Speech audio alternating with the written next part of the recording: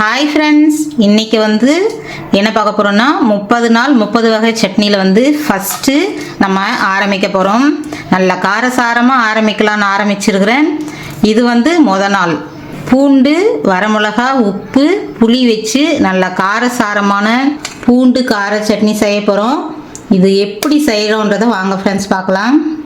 First அடுப்பு பற்ற வச்சுட்டு எண்ணெய் ஊற்றிடலாம். ஃப்ரெண்ட்ஸ், ஒவ்வொரு நாளும் ஒவ்வொரு சட்னி வகை நம்ம பார்க்க போகிறோம். இது தொடர்ந்து நீங்கள் தினம் பாருங்கள். நம்ம சேனலுக்குள்ளேயும் நிறைய வீடியோ இருக்கும், அதையும் பாருங்கள் ஃப்ரெண்ட்ஸ். நம்ம ரெசிபி எல்லாமே சூப்பராக இருக்கும். சேனலுக்குள்ளே பாருங்கள். பிடிச்சிருந்தா சப்போர்ட் பண்ணுங்கள் ஃப்ரெண்ட்ஸ். நம்ம சேனலை சப்ஸ்கிரைப் பண்ணி வச்சுக்கங்க.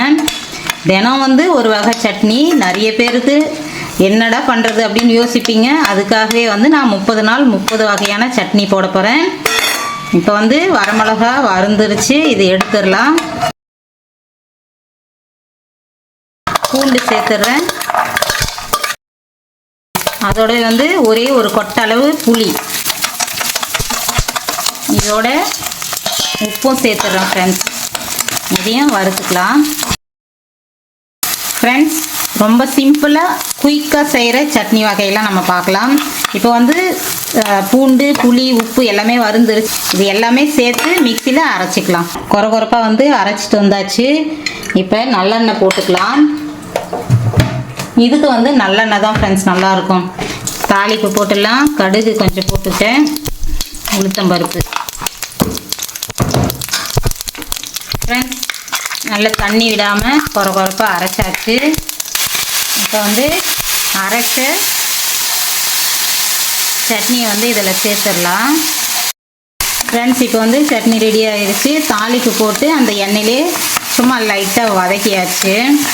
அவ்வளோதான், நிறுத்திடலாம். ரொம்ப நேரம் வதக்கணும்லாம் இல்லை. ஆனால் இது இந்த சட்னி கொஞ்சம் கொரகொரப்பாக தான் ஃப்ரெண்ட்ஸ் இருக்கும். ரொம்ப மைய அரைக்க வேணாம்.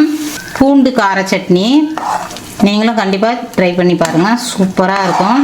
இந்த சட்னி காரமாக இருக்கிறதுனால கொஞ்சம் எண்ணெய் சேர்த்தி தான் ஃப்ரெண்ட்ஸ் விடணும். நம்ம கார சட்னின்றதுனால கொஞ்சம் எண்ணெய், நல்லெண்ணெய் போட்டுக்குங்க முக்கியமாக. இப்போ இது ஒரு வாரம் வச்சுருந்தாலும் கெடாது ஃப்ரெண்ட்ஸ். ஃப்ரிட்ஜில் ஸ்டோர் பண்ணி வச்சுக்கலாம். சாப்பிடாத குழந்தைங்க கூட சூப்பராக சாப்பிடுவாங்க. நம்மளும் கண்டிப்பாக எக்ஸ்ட்ரா இட்லி சாப்பிடுவோம் ஃப்ரெண்ட்ஸ்.